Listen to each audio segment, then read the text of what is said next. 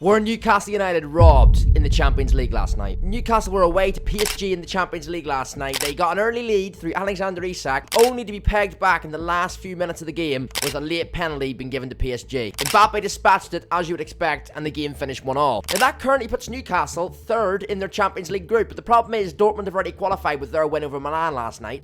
So that now puts Newcastle in a position where going into game week 6 they have to beat Milan. Even that, guys, doesn't even guarantee them progression, because obviously it all comes down to Dortmund's game with PSG, and if PSG win that game, then they're through. If PSG draw or lose that game, obviously Newcastle go through. So Newcastle need to beat Milan and then hope Dortmund do them a favour by at least drawing with PSG. Now looking at last night's game, I mean, as I say, early goal from Alexander Isak. Newcastle, they were never in control all game. PSG had attacks. PSG have that threat, of course they have, with the team they put out and the team they have and the players they've got, but Newcastle got the early goal from Isak. They defended to a man all game long.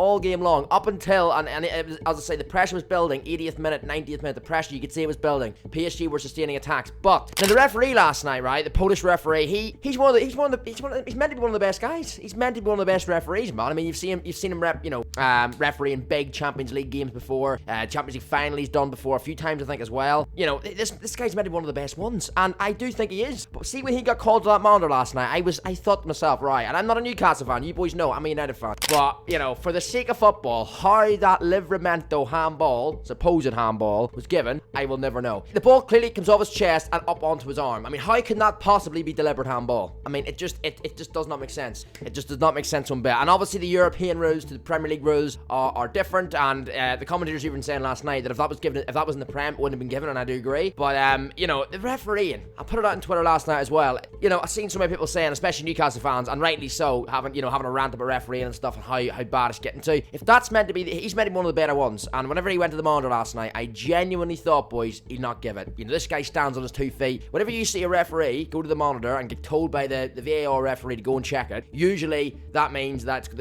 their original decision is going to be overturned. So, you know, usually they don't stand on their 2 feet, referees. They have no ideas of their own, and they just follow on from what the VAR official's telling them. But this guy last night, when he went to the monitor, I thought, right, if he doesn't think this is a penalty, he'll not give it, because he'd stand on his 2 feet, he'll be firm like he is the way he does referee the games. He'd be fair to Newcastle. If he doesn't think that's a pen, he'll not give it. And, you know, I think the whole footballing world knew it wasn't a penalty, and still the referee decides to give it. So I just can't understand that. I feel really bad for Newcastle. If you're a Newcastle fan especially, drop your thoughts in the comments. I just can't believe how bad that decision was last night. And in the situation, in the minute of the game that he gave it in, and all the effort Newcastle put in, you know, all the hard yards they put in all night long last night to try and secure that 1-0, narrow 1-0 victory. What a result it would have been from them away. I mean, to get the double against PSG in their group, to win away in Paris last night would have been big for them, man. It would have been big in the group. Put it this way, if Newcastle won last night, they're on 7 points in the group now, and they'd probably only need, well, they probably still might need to win the last game to secure the group. Then what that draw last night, rather than 3 points last night in the group, does for Newcastle is obviously now it puts their Champions League fate not in their hands. And they have to win their last game, as I say, against Milan, and then hope Dortmund do them a favour against PSG in game 6. But it should be in their hands. It really, really should be, man. And I just think it's the wider thing with refereeing, and there's so much light on refereeing over the last few years, and there's been a lot of exposure on refereeing this year for the wrong reasons, as we all know. I'm talking mainly Premier League here, but obviously now going into the European scene. I mean, as I say, I'd love to hear your boys' feedback in the comments. Drop your comments, as I say, especially if you're a Newcastle fan. I would feel, if this happens to my United team tonight against Galatasaray, I will be fuming, you know. But I just feel for Newcastle, you know, as an English team, I want them to go through. I like kind of the fact that Newcastle, you know, they haven't been in Europe in years. They've gotten to Europe this season. I want them to progress through this group. Yeah, they should feel very, very hard done by last night, man, because that was just, you know, I was disappointed in the referee. He had a great game up to that point. He usually does have a great game, as I say. He's one of the better referees you'll see out there. But, you know, I really was disappointed in that decision he made, because he went to the under and I thought, right, you can see that's not a penalty. Surely you be your own man.